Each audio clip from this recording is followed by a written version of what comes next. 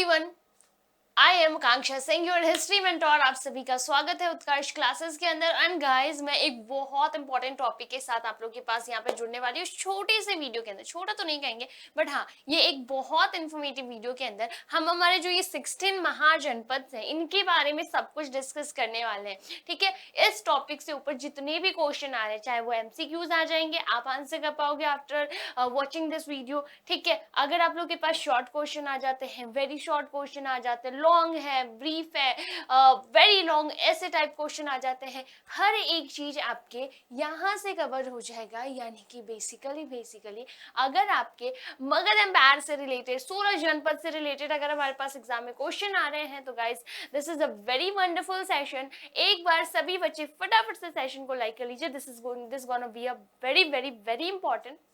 And one more important thing, आप लोगों के लिए एक बात बता देती हूँ, अपने दोस्तों और के साथ में इस वीडियो को जरूर से जरूर शेयर कर दीजिएगा, क्योंकि ये बहुत ही ज़्यादा इम्पॉर्टेंट है।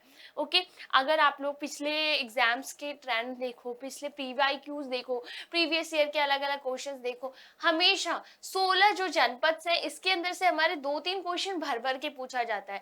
MCQ में भी आ जाता है, फिलअप्स में भी आ जाता है, मैथ्स द कॉलम अगर आ रहा है तो उधर से आ जाता है।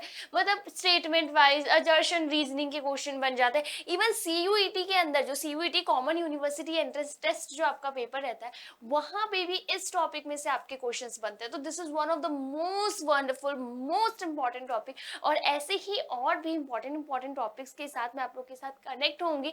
यानी ये पहला वीडियो नहीं है, ये तो सोचो इस तरीके के सीरीज के सबसे पहले इंपॉर्टेंट टॉपिक के ऊपर डिस्कशन है। ऐसे ही बहुत सारे इंपॉर्टेंट टॉपिक्स जो है, इंपॉर्टेंट डिस्कशन जो है, इंफॉर्मेटिव वीडियो जो है, अभी तुम्हारे पास सीरीज में कंटिन्यूसली आने वाली है। तो बहुत बेहतरीन रहने वाला है, बहुत बढ़िया रहने वाला है। तो without wasting any time, let's begin with the session. हमारा टॉपिक है आज का, दैट इज 16 जनपद, यानी द 16 महाजनपद।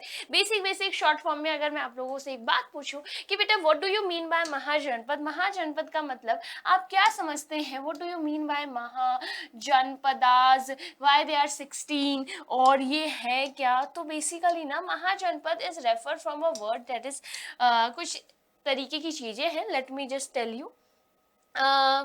या देखिए, if I tell you that Janapadas,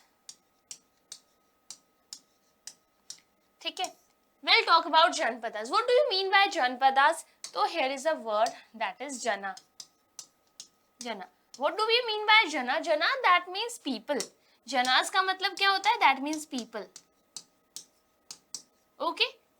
And the second word is padas. Okay. पदास. What do you mean by पदास? पदास का मतलब होता है, it's a Hindi Sanskrit word that means पैर. ठीक है, फुट. तो हमारे फुट हो गया, हमारे फीट हो गया. एस लगा दिया तो multiple, that is plural thing, that is feet. तो जनास यानी पीपल और उनके पैर. तो हमारे जो पाँव होते हैं, कहाँ कहाँ हमारे पाँव पड़ रहे हैं? तो जैसे कि लोगों के पाँव पड़ते हैं, तो लोगों के पाँव कहाँ कहाँ पड़ रहे हैं? ऐसे नहीं, ऐसे जाके पाँव नहीं पड़ना है, उस वाले नहीं. पाँव ऐसे स्टेप्स. ठीक है, फुट स्टेप्स जो होते हैं ना, उसकी बात करिए. तो पीपल एंड फीट, यानी कि यहाँ पे क्या बन रहा है? ऐसे हाथ नहीं बन रहेगा, ऐसे नहीं बन रहा है. अपन रंगोली बनाते हैं ना, ऐसे कलर ऐसे करके, तो ऐसे पाँव बन जाते हैं, बट वो लक्ष्मी माँ के पाँव बनाते हैं अपन, यहाँ नहीं बन रहा है. ओके, चलो. तो यहाँ पे जनास एंड उनके पदास. अब यहाँ पे देखो, जैसे मान लो this is a particular land area. What is this? This is a particular land area. कोई भी लैंड एरिया हो सकता है. This is a particular land area. अब इस लैंड एरिया के अंदर मान लो लोगों के पाँव पड़ रहे हैं, लोगों के पाँव पड़ रहे हैं, मतलब पीपल आर सेटलिंग हियर. इसका मतलब क्या हो जाएगा? In simple word, people started settling, या फिर स्टार्टेड सेटल हियर. लोग यहाँ पे, लोगों ने यहाँ पे रहना शुरू कर दिया, यहाँ पे सेटल होना शुरू कर दिया है. मान लो इट्स अ लिटिल छोटा सा प्यारा सा, ये क्या बन गया है? It's a settlement. ये एक छोटा सा प्यारा सा सेटलमेंट बन गया जहाँ पे लोग रहते हैं. मतलब छोटा सा गांव हो सकता है, शहर हो सकता है, कस्बा हो सकता है, एनीथिंग. ठीक है, तो इसे हम क्या कहेंगे? This particular origin is going to be called, इसे हम लोग जनपदा कहेंगे. What is this? This is janapada. और ऐसे ही बहुत सारे गांव होंगे, ऐसे ही बहुत सारे शहर होंगे।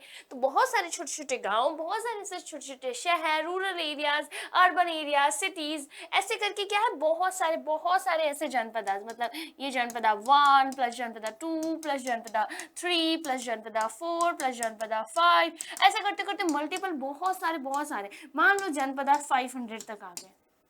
एग्जाम्पल है, ठीक है, दिस इज जस्ट एग्जाम्पल, मतलब कि टोटल 500 सिटीज। अब इतने सारे शहर हैं, तो ये इट्स नॉट नाउ, है ना, अब हम इसे सिर्फ जनपदा नहीं करेंगे। Now this, what is this, now this become mahajanapada. Now this is mahajanapada, मतलब कि मल्टीपल छोटे छोटे बहुत सारे हमारे पास either rural areas, either urban areas और एनी अर्बन सेंटर, जब ये आपस में धीरे धीरे कनेक्ट होके एक बहुत बड़ा सा एम्पायर बना रहे हैं, तो दैट इज महाजनपद। और अगर मैं इंडिया की बात करूं एट दैट टाइम, ठीक है, उस समय की अगर हम हमारे इंडिया की बात करें, तो हमारे पास डिफरेंट जितने भी हमारे पास हिस्ट्री के सोर्सेज मिलते हैं, ओके, जितने भी हमारे पास डिफरेंट हिस्ट्री के सोर्सेज मिलते हैं, इन सोर्सेज के अंदर हमारे पास कितने जनपदास के बारे में डिस्कशन गिवन है, तो दैट इज 16 जनपदास। ठीक है, कितने जनपदास के बारे में गिवन है बेटा, 16 janapadas. And out of these 16 which one is the greatest, किसको ग्रेटेस्ट कहा गया है, that is Magadh. Out of this 16 mahajanapadas, which one is the greatest mahajanapada, that is Magadh mahajanapada. ठीक है, तो यही हम ये 16 mahajanapada and specially and one and only हमारा फेवरेट चंद्रगुप्त मौर्य, अशोका, बिंबिसार, अजातशत्रु, महापद्मनंदा, समुद्रगुप्त, बहुत सारे ऐसे मल्टीपल एकदम एम्बिशियस जो रूलर्स रहे हैं, जो बहुत शानदार रूलर्स रहे हैं, जिनका की ठिकाना रहा है दैट इज मगध। तो इसके बारे में हम लोग डिस्कस करने वाले हैं। तो गाइज आई होप कि अभी तक आपको हमारा टॉपिक क्लियर हो गया होगा कि in this video what we are going to study, what we are going, और इवन आई थिंक ये ऐसे इंट्रोडक्शन है ना, अभी डिस्क्लेमर ट्रेलर से तुम्हें ये भी पता चल गया होगा कि जब ट्रेलर इतना बढ़िया है, ट्रेलर में इतना ज्यादा मजा आया, तो चैप्टर तो मैम बहुत बढ़िया क्लियर करवाएंगे। तो ये अभी हम लोग ये पूरा चैप्टर पढ़ने वाले हैं। तो आप लोग तब तक फटाफट से सेशन को लाइक कर लो, मैं फटाफट से पानी पी लेती हूँ। शुरू करें, इससे ज्यादा ना तुम्हें लाइक करने में टाइम नहीं लगना चाहिए, शेयर करने में भी नहीं लगना चाहिए। आ जाओ डिस्कशन करते हैं। बेटा अगर हम बात कर लेते हैं the earliest state, 16 mahajanapada, why do we call it earliest state, क्यों कह रहे हैं हम ऐसा कि ये अर्लीस्ट स्टेट है, सबसे पुराने स्टेट है, why we are saying that, because अभी इससे पहले हमारा जो चैप्टर अगर आप देखें तो we have discussed in our chapter in our book that is Indus valley civilisation, and we know that कि जो इंडस वैली सिविलाइजेशन है वो पूरा का पूरा डिस्ट्रॉय हो गया था। We don't know the actual reason, ठीक है, but we have some assumption that might be epidemic or endemic kind of thing, or might be flood or earthquake, or might rivers have changed their route, or any climatic disaster, or might be Aryans have invaded that area. There could be multiple reasons, or there could be any of these reasons. We are not right now sure कि किस वजह से पूरा का पूरा Indus valley civilisation खराब हो गया, डिस्ट्रॉय हो गया। बट इतना पता है उसके डिस्ट्रॉय होने के बाद अराउंड द गंगा वैली, जो गंगा रिवर है हमारी, उसके साइड में धीरे धीरे लोग जो है रहना स्टार्ट हुए, वहीं पे जनपद बने, फिर वहीं से धीरे धीरे महाजनपद बने। तो वही अर्ली स्टेट्स, यानी जो सबसे पहले जो अर्लीस्ट जो स्टेट बनने शुरू हुए, उनके बारे में हम यहाँ पे डिस्कशन कर रहे हैं।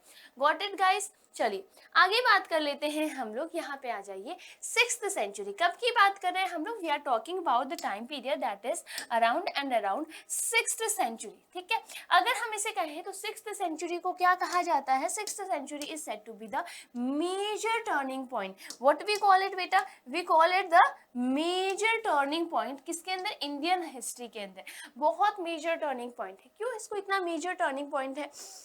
क्योंकि इस समय इंडिया के अंदर, इंडियन सब कॉन्टिनेंट के अंदर बहुत कुछ नया, बहुत सारी चीज़ें चेंज हो रही थी। जैसे इस समय इंडिया में नए-नए स्टेट्स बन रहे थे, मैंने बताया ना, रिवर वैलीज़ के अराउंड लोग रहना शुरू कर रहे हैं, तो बहुत सारे नंबर ऑफ स्टेट्स बन रहे हैं। इसी टाइम बेटा नए-नए सिटीज़ बनना स्टार्ट हो रहे हैं। सिटीज़, पहले लोग रूरल एरियाज़ 4, 5, 10 फैमिलीज़ एक साथ रह रही थी वैसा, बट अब जो है धीरे-धीरे क्या हो रहा है, अर्बनाइजेशन हो रहा है। यानी कि सिटीज और गांव में क्या डिफरेंस होता है, सिटीज में आपके पास फैसिलिटीज अच्छी हो जाती है, यानी गांव में पुराने जमाने की बात करें, अभी के टाइम की नहीं, पुराने जमाने की, और बहुत पुराने जमाने, अर्ली स्टेट की।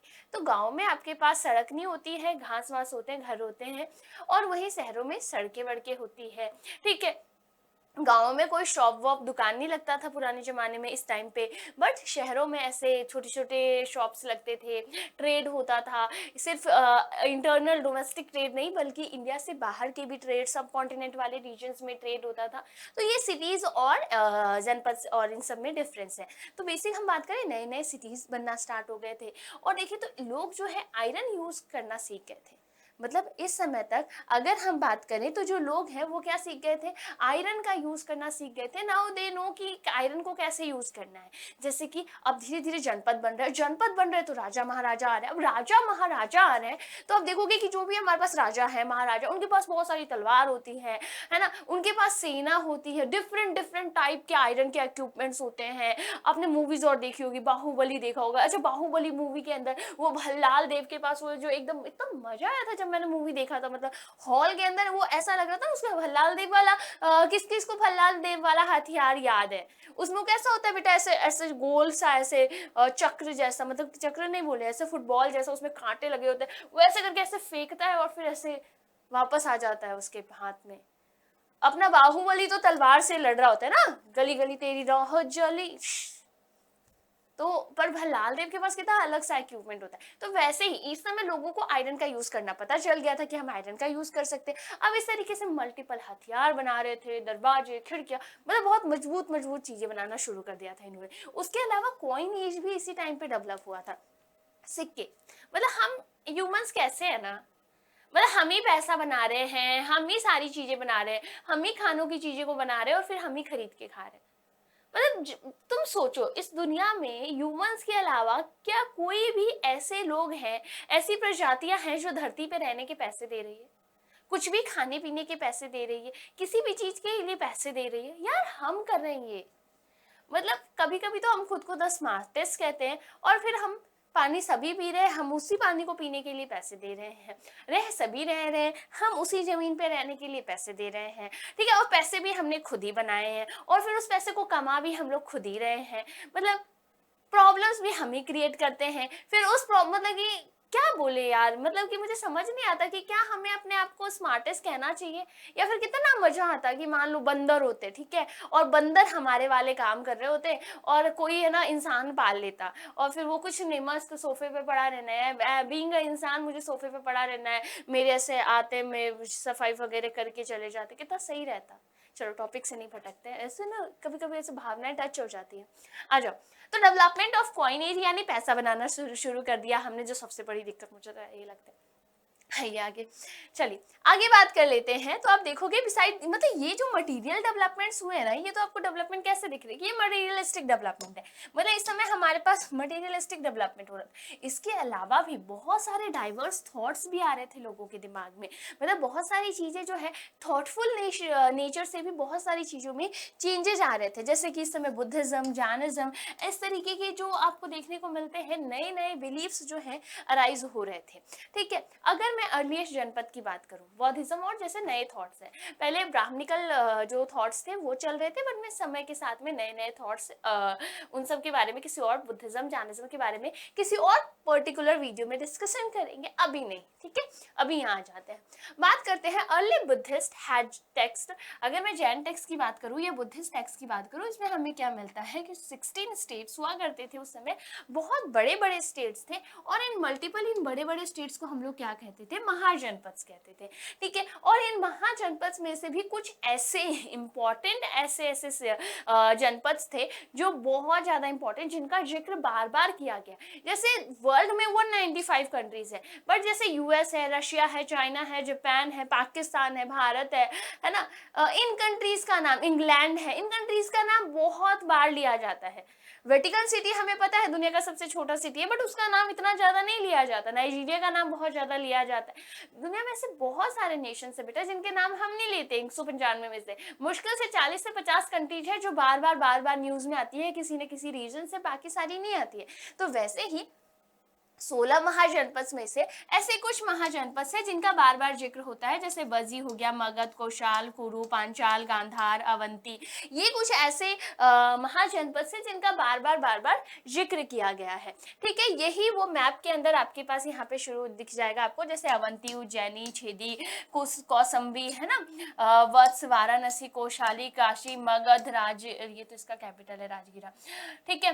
वंग देश, अंग देश इसको कहते हैं, कुरु, पांचाल, सूरसेना, मत्स्य, मथुरा, ये हमारे पास डिफरेंट अलग अलग महाजनपद से, ये उस समय के बड़े बड़े महाजनपद से, ठीक है। ये मैप में आपको दिख रहा है, मैप में आप मेंशन कर सकते हैं। अच्छा, एक बात कर लेते हैं कि जैसे जितने भी हमारे पास महाजनपद है, तो ज्यादातर जितने भी आपके पास महाजनपद है ना, जितने महाजनपद है, तो मैक्सिमम महाजनपद की बात करूं तो जो ज्यादातर महाजनपद है ना बेटा, उनको कौन रूल करते थे? उनको किंग्स रूल करते थे।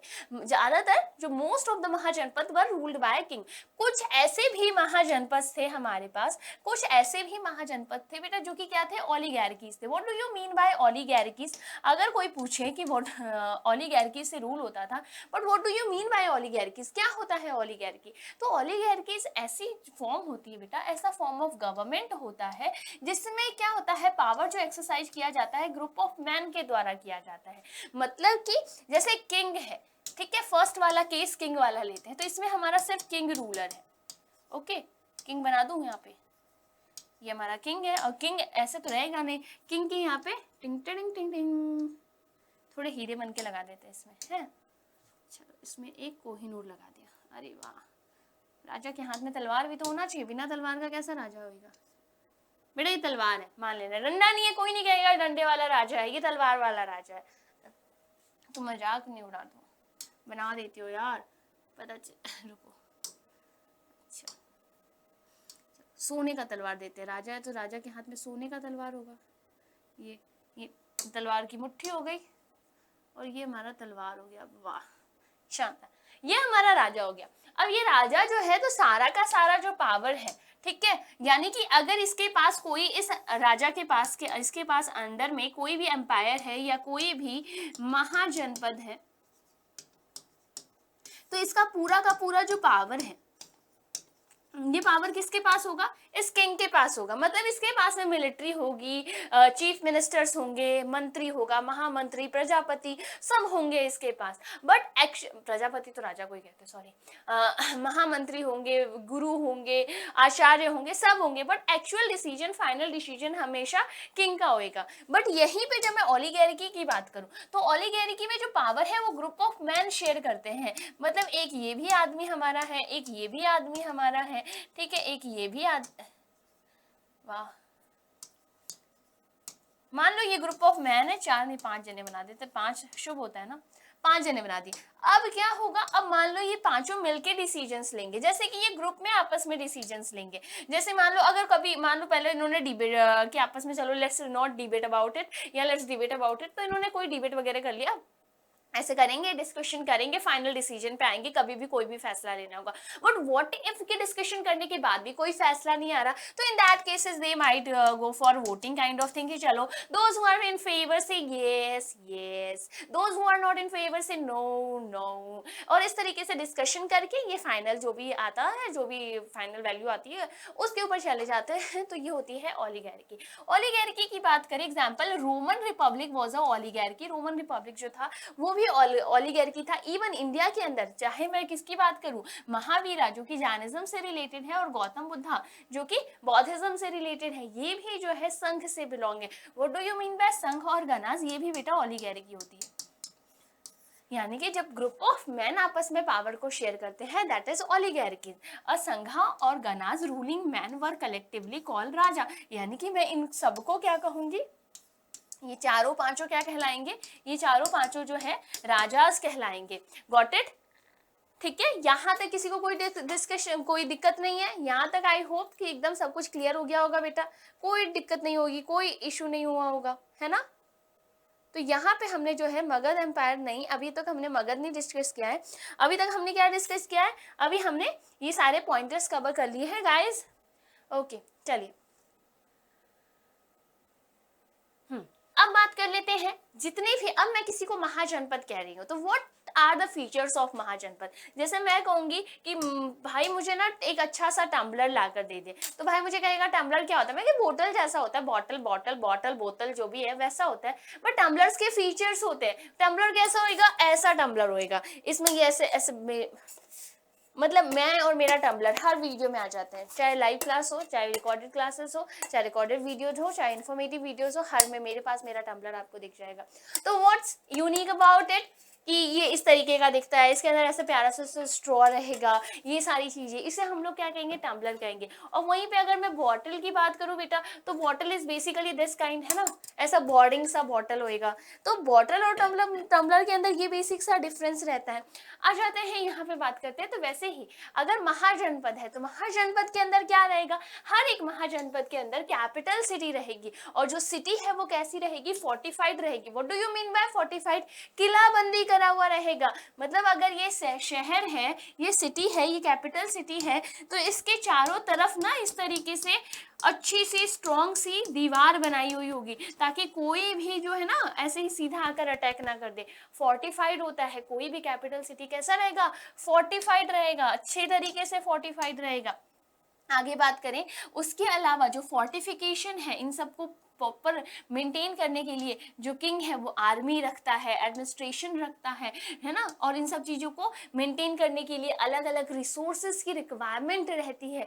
जैसे कि अगर मगध है तो मगध में कोई, मान लो चंद्रगुप्त मौर्य है, तो चंद्रगुप्त मौर्य को आर्मी मेंटेन करनी पड़ेगी। आर्मी को मेंटेन करने के लिए बहुत सारे रिसोर्सेज की जरूरत पड़ती है। यहाँ पे बात कर लेते हैं बेटा, अगर 16th सेंचुरी कॉमन एरा की बात करें तो इस समय आपको मल्टीपल जो है सिटीज, स्टेट्स और यूज ऑफ आयरन, कॉइनेज, ये सारे डेवलपमेंट आपको देखने को मिलते हैं। और ये चीजें जो है, ये पॉइंट्स अभी मैंने आप लोगों को बता दिया कि यहाँ पे ये आपके पास कुछ बहुत इंपॉर्टेंट अवंती, गांधार, कौशाल, मगध, ये सारे इंपॉर्टेंट आपके पास क्या है, महाजनपद है। और यहाँ पे दो तरीके के लोगों से, यानी ओलिगार्कीज हो सकती है या फिर रूल्ड बाय किंग हो सकता है। ये चीज मैंने आपको यहाँ पे डिस्कशन करा दिया। This is महाजनपद। महाजनपद के इंपॉर्टेंट मैप्स है। अगर मैं यहाँ पे बात करूं तो यहाँ पे ना कुछ इंपॉर्टेंट चीजें जो है यहाँ पे काम आ रही थी। जैसे कि आप देखोगे 6th सेंचुरी से 4th सेंचुरी कॉमन एरा की बात करें तो सबसे ज्यादा मोस्ट इंपॉर्टेंट, यानी सबसे ज्यादा बढ़िया तरीके से जो महाजनपद था, सबसे ज्यादा जो पावरफुल महाजनपद था, दैट वाज मगध। क्या था? मगध था। और ये क्यों था, इसके पीछे कुछ बहुत ज्यादा इंपॉर्टेंट रीजंस है कि महाजनपद जो है 16 महाजनपद में से सबसे ज्यादा पावरफुल महाजनपद मगध ही क्यों बना, बाकी क्यों नहीं बने। तो इसके पीछे बहुत सारे ऐसे ना रीजंस है। जैसे सबसे पहला, यहाँ का एग्रीकल्चर जो है बेटा, एग्रीकल्चर वो बहुत ज्यादा प्रोडक्टिव, मतलब कि बहुत बढ़िया। यहाँ के खेत खलिहान अच्छे, बहुत अच्छे, फार्मिंग लैंड एकदम फर्टाइल, ऊपर से पानी के सोर्सेज भी प्रॉपर, मानसून प्रॉपर आ रहा है, तो बहुत अच्छा एग्रीकल्चर हो रहा है। दूसरा आप देखोगे तो यहाँ पे ना आयरन के माइंस थे। आपको पता होना चाहिए जो झारखंड और वाला एरिया है ना, जो झारखंड और वाला एरिया है ना, वहां पे आपको माइंस देखने को मिल जाएंगे। जैसे जो छोटा नागपुर रीजन है, छोटा नागपुर का जो प्लेट्यू है ना, स्पेशली अगर मैं बात करूं झारखंड, उड़ीसा, ये वाले एरिया है ना बेटा, बिहार के भी कुछ साइड, तो यहाँ पे आयरन के बहुत अच्छे माइंस है। तो अब आयरन है, लोहा मिल रहा है, तो लोहा से अराउंड बिल्कुल बेटा ये लोग टूल्स बनाएंगे, वेपन्स बनाएंगे, बहुत मजबूत टूल्स एंड वेपन्स बना रहे हैं। तो किसी भी युद्ध में तो अगर हथियार मजबूत है तो यूं जीत जाएंगे हम लोग, तो बिल्कुल। उसके अलावा यहाँ पे जंगल थे जहाँ झारखंड और में, तो यहाँ पे इनको भर भर के एलिफेंट्स मिल रहे थे। और एलिफेंट्स उस समय देखा जाता था, जिस टीम के पास ज्यादा एलिफेंट्स है वो ज्यादा पावरफुल टीम है। तो यहाँ पे क्या हो जाता था, इनके पास एलिफेंट्स भी थे क्योंकि बहुत बड़े बड़े जंगल, और जंगल में एलिफेंट्स ही एलिफेंट्स। उसके अलावा बेटा मतलब एलिफेंट्स ऐसे कि यहाँ के हिल्स का नाम भी क्या है, यहाँ का एक हिल है उड़ीसा के अंदर, क्या नाम है बेटा, गजापति हिल्स, गजापति हिल्स। और गज का मतलब ही क्या होता है, गज का मतलब ही एलिफेंट होता है। तो तुम सोच लो कितने सारे हाथी मिलते होंगे यहाँ पे। उसके अलावा एक सबसे इंपॉर्टेंट चीज क्या थी, यहाँ पे गंगा नदी थी, और गंगा नदी से जो है ना ट्रेड एंड कम्युनिकेशन जो हो रहा था बहुत, मतलब कि एक्स्ट्रा होते हैं ना, सोने पे सुहागा होना है इस गंगा मैया का यहाँ पे प्रेजेंट होना इंडिया में। ये जो है स्टार्टिंग में जब मगध स्टार्ट हुआ था ना तब ऐसा था, बाद में तो ये पूरा अखंड भारत जो है बेटा ये हमारा मगध में आ गया था, बट स्टार्टिंग की बात करें तो मगध जो है ये इतना था। यहाँ पे अगर मैं बात करूं तो अमंग द 16 की अगर मैं बात करूं तो ये मगध ही इतना ज्यादा पॉपुलर क्यों हुआ। तो अभी तो हमने स्ट्रेटेजिक पॉइंट डिस्कस कर लिया, अब आपके पास कुछ ऐसे पॉइंट है क्योंकि यहाँ के जो किंग्स थे were the most ambitious king. यहाँ के जो राजा थे बेटा, यहाँ के जो राजा थे, किंग्स थे, वो बहुत ज्यादा एम्बिशियस किंग थे। मतलब कि चाहे मैं बिंबिसार की बात करूं, अजात शत्रु की, महापद्म नंदा की, ये सारे इतने मतलब एम्बिशियस किंग थे कि चाहे होता है ना जैसे होनहार विद्वान के होते चिकने पात, सुना है कभी, मतलब कि अगर किसी बच्चे को पढ़ना है तो वो स्ट्रीट लाइट में पढ़ लेगा, वो 7 समंदर पार करके पढ़ लेगा, वो अंधेरे में पढ़ लेगा अगर उसको पढ़ना है। और नहीं पढ़ना है तो तुम उसको, है ना, एक बच्चे के ऊपर तुम 10 ट्यूटर रख दो, तुम उसको पूरे सारे माहौल दे दो, सारा पूरे घर में सारे अप्लायंसेस लगा दो, तो भी वो नहीं पढ़ेगा। तो सेम चीज यहाँ पे जो हमारे रूलर्स थे वो इतने एम्बिशियस थे दैट दे जस्ट वांट कि कैसे भी करके मगध जो है मोस्ट सुपीरियर होना चाहिए। अब उसको कैसे करना है इसके लिए वो हमेशा दिमाग लगाते रहते थे। तो सबसे मेन रीजन अगर मैं बात करूं तो यहाँ के जो रूलर्स थे ना, चाहे अजात शत्रु है, बिंबिसार है, महापद्म नंदा है, ठीक है, या उसके बाद भी जो भी आए हैं, ये सब बहुत ज्यादा पावरफुल रहे, बहुत ज्यादा एम्बिशियस रहे। और ये इनका एम्बिशन इतना शानदार रहा है ना, मतलब कि वही महापद्म नंदा और इनके बाद जो इनका बेटा आता है धनानंद, तो धनानंद बेकार होता है ना, फिर चंद्रगुप्त अपने कंट्रोल में ले लेते हैं ये।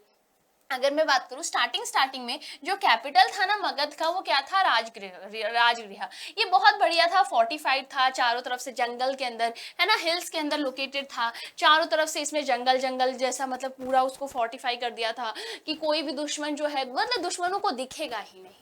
जंगलों के अंदर हिल्स के ऊपर ये कैपिटल बना हुआ है, किला बना हुआ है, दुश्मनों को दिखेगा ही नहीं, और जो राजा है उसको क्लियर दुश्मन दिख जाएंगे। बाद में 4th सेंचुरी आते आते तक इसका जो कैपिटल है उसको पाटलिपुत्र शिफ्ट कर दिया गया, और इसका रीजन बहुत बेहतरीन है। क्यों बेटा, ये कमांडिंग जो है चारों जितने भी कम्युनिकेशन और के रूट्स वगैरह हैं, है ना, एक जगह से दूसरी जगह ट्रांसपोर्टेशन, ट्रेड करना, बिजनेस करना, तो गंगा मैया के किनारे है। अब गंगा मैया जो है वो एकदम कम्युनिकेशन ट्रेड रूट प्रोवाइड कर रही है। स्ट्रेटेजिकल पॉइंट से, मतलब कि अगर एक स्टेट पॉइंट ऑफ व्यू से देखें तो बहुत ज्यादा इंपॉर्टेंट होता है। इसलिए बाद में रीजन ये है 4th सेंचुरी आते आते तक इसका जो कैपिटल है पाटलिपुत्र, जिसे आज के समय में हम पटना कहते हैं, वहां पे इसको शिफ्ट किया जाता है। ठीक है, ग्रोथ ऑफ अगर मगध की बात करें तो मौर्य एम्पायर के टाइम पे इसका बहुत बेहतरीन ग्रोथ होता है। चंद्रगुप्त मौर्य जो है मगध एम्पायर की अगर मैं बात करें, मौर्य एम्पायर की स्थापना करते हैं 321 बीसी में। इसका एक्सटेंड बढ़ के मगध कहाँ तक पहुंच गया, अफगानिस्तान, बलोचिस्तान तक पहुंच गया। उसके बाद जो अशोका है,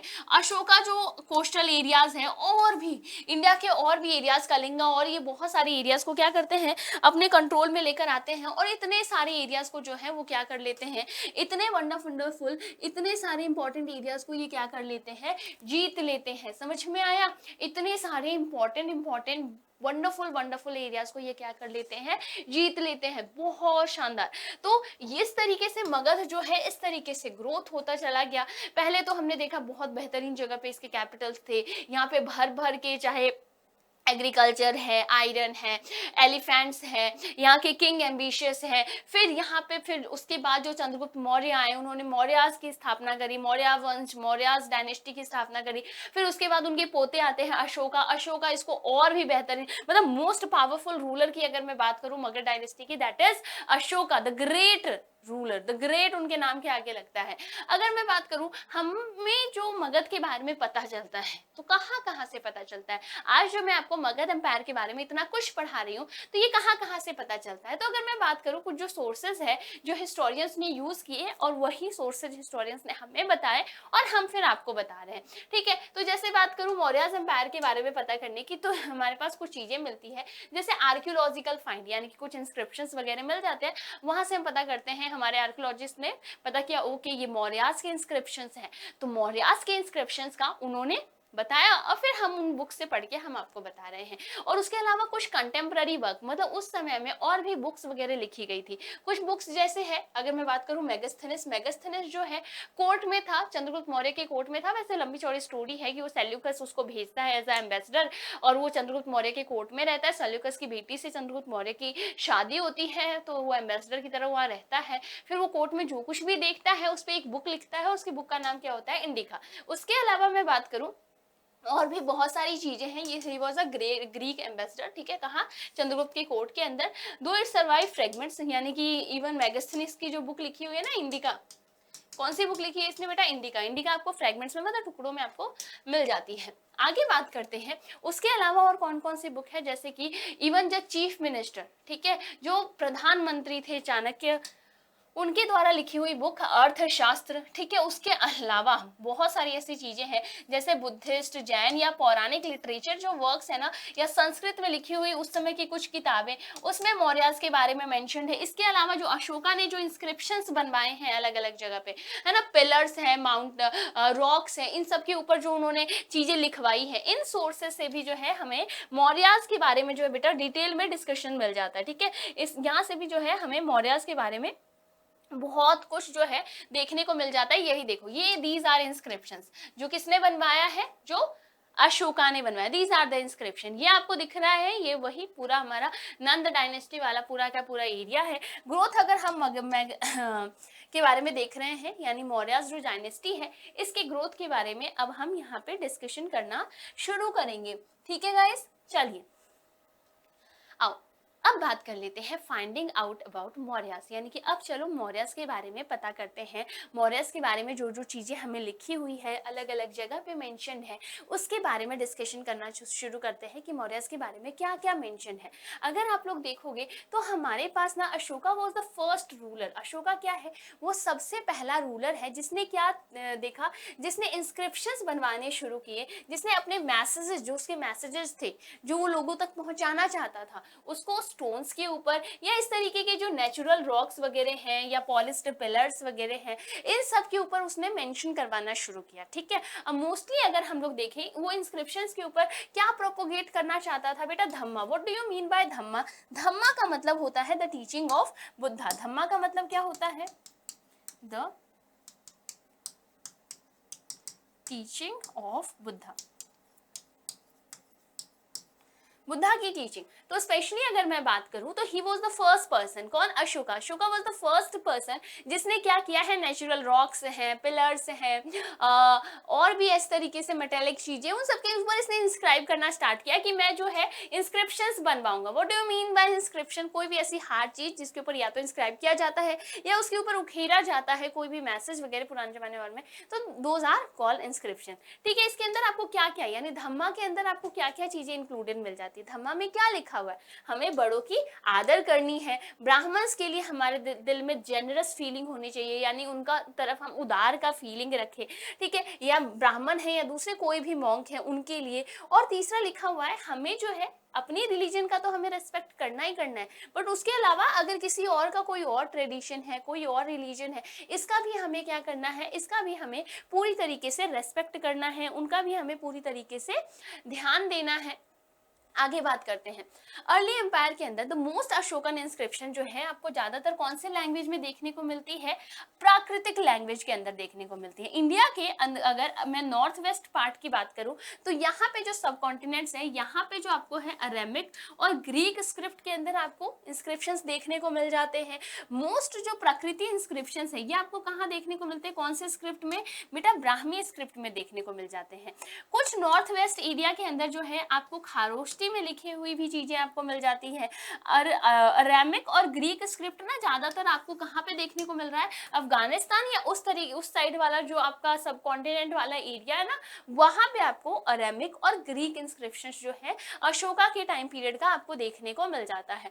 अगर मैं बात करूं, एक बहुत इंपॉर्टेंट क्वेश्चन आता है यहाँ से, शॉर्ट लॉन्ग हर टाइप के क्वेश्चन, यानी फिल अप ट्रू फॉल्स सब आ जाता है। यहाँ पे क्या आ जाता है बेटा, अगर मैं मेजर टोटल कितने मेजर 5 पॉलिटिकल सेंटर्स हैं, ठीक है। पूछ लिया जाता है कितने पॉलिटिकल सेंटर्स बताए गए हैं मौर्यास के अंदर, तो टोटल 5 बताए गए हैं। कौन कौन से बेटा? तो एक तो कैपिटल है ही है Pataliputra, the one is Pataliputra, and बाकी के 4 जो है प्रोविंशियल कैपिटल्स हैं जिसको प्रोविंशियल सेंटर्स कहते हैं, दैट इज तक्षशिला, उज्जैनी, तोसाली और स्वर्णगिरी। टोटल 5 हो गए। एक पाटलिपुत्रा कैपिटल है, बाकी प्रोविंशियल कैपिटल्स हैं, ओके। और ये जो 5 है, 5 के बारे में कहाँ पे मेंशन है?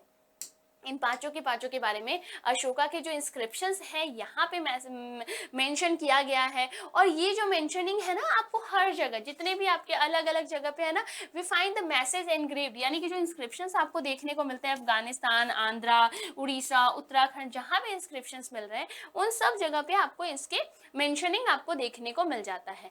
अब बात करते हैं रूट्स, यानी जो ट्रेड कम्युनिकेशन हो रहा है, जो रूट्स हो रहा है, एक जगह से दूसरी जगह जो लोग ट्रैवल कर रहे हैं, ट्रेड के पर्पज से ट्रैवल कर रहे हैं, उसके ऊपर अब थोड़ा सा नजर डालते हैं in at the time of Magadha empire, Magadha rule के टाइम पे। तो देखो कि कम्युनिकेशन जो इस समय हो रहा था मगध टाइम पीरियड में, ये लैंड के थ्रू भी हो रहा था और रिवर्स के थ्रू यानी वाटर के थ्रू भी हो रहा था, ठीक है। Routes was vital for this empire existence, मतलब कि ऐसा तो नहीं था ना कि सिर्फ नदियों से ही ट्रेड होगा या सिर्फ लैंड एरिया से, दोनों ही जगह से क्या हो रहा था, ट्रेड हो रहा था, जिसकी वजह से ट्रेड बहुत वंडरफुल। और मैं हमेशा कहती हूँ जिस भी एरिया में ट्रेड बेहतर होता है वो प्रॉस्परस होता है, पैसा आता है उस जगह पे।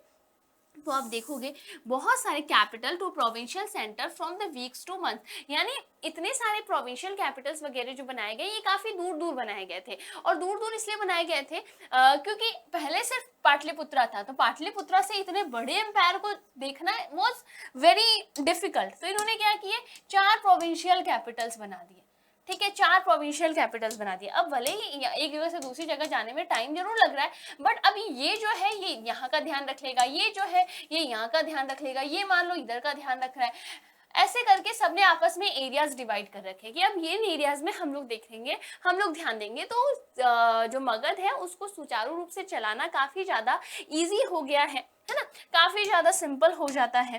तो मींस प्रोटेक्शन और provision vital of these moves, army जो है, आर्मी का अच्छा होना बहुत जरूरी है। और आर्मी के बारे में आर्मी इंपॉर्टेंट प्रोवाइडिंग प्रोटेक्शन, यानी मगध की बात करें, इतने बड़े एम्पायर को, इतना ज्यादा एरिया को, इतने वास्ट एरिया को प्रोटेक्शन प्रोवाइड करने के लिए आर्मी का बेहतरीन होना बहुत ज्यादा जरूरी है।